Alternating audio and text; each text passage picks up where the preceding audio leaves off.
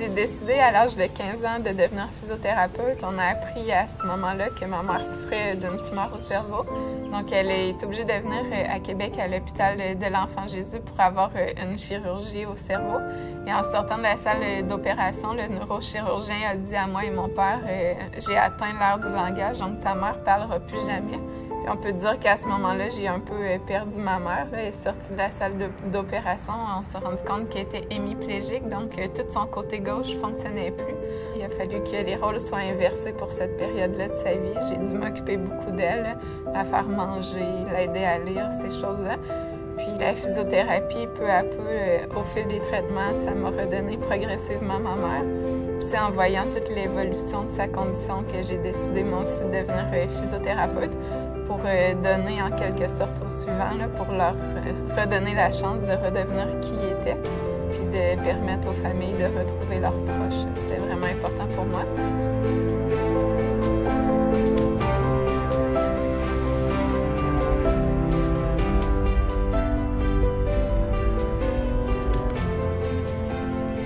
La physiothérapie, pour moi, représente une façon de m'épanouir, de me rendre utile à la société. C'est quelque chose qui me permet d'aider les autres, alors que souvent je me trouve dans le rôle de l'aider. Alors, c'est une façon pour moi de donner à quelqu'un. C'est vraiment quelque chose qui est gratifiant. Du fait que mes seuls patients sont des athlètes de haut niveau, ça fait que je travaille avec des gens ordinaires qui ont des capacités physiques puis des capacités mentales et des objectifs qui sont extraordinaires.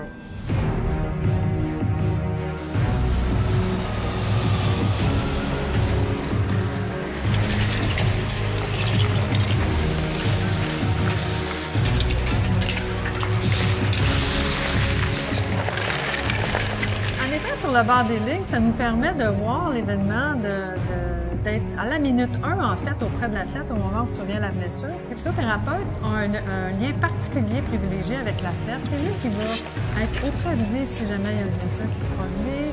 C'est lui qui va l'accompagner par la suite dans sa réadaptation. C'est une profession qui nous permet de travailler partout dans le monde. La formation qu'on reçoit ici au Québec, au Canada, elle est fantastique, elle est reconnue à travers le monde.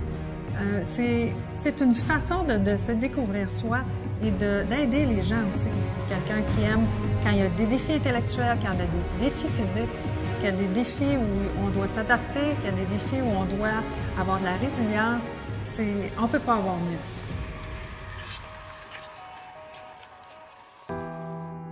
Petite phrase qui me donne des ailes, finalement, qui m'a donné des ailes et qui m'en donne encore. Ce que ma mère m'a souvent répété, dans la vie, Jean-François, il n'y a pas de problème, il n'y a que des solutions.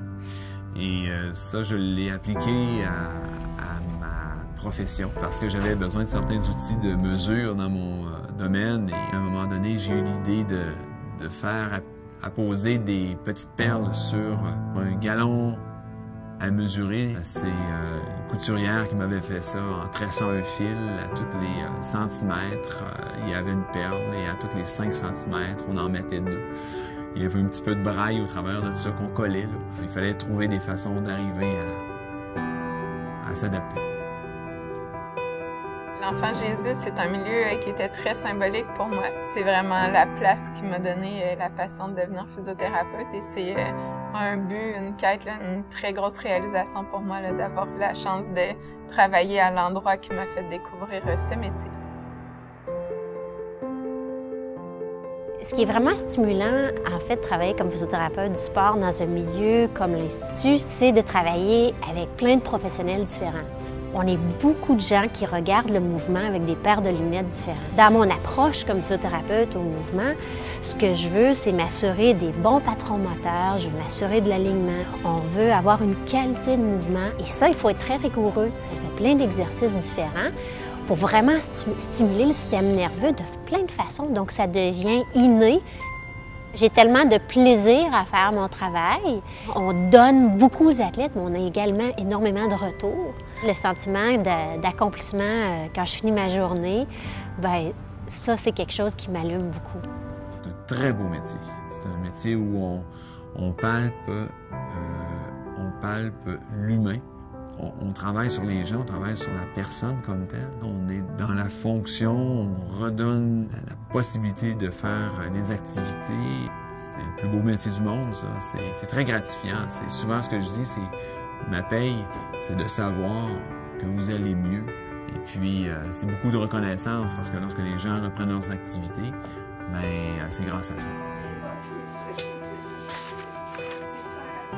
Je retrouve beaucoup plus de patients dans les soins aigus parce que les progrès sont très rapides.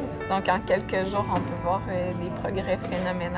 Quelqu'un qui ne se tient pas assis, puis la semaine d'après, on est capable de lui faire monter les escaliers. Là. Ils sont très reconnaissants de tout ce qu'on peut leur redonner. Donc ça me passionne beaucoup. Puis tant que ça va m'animer, je vais avoir le plus beau métier du monde.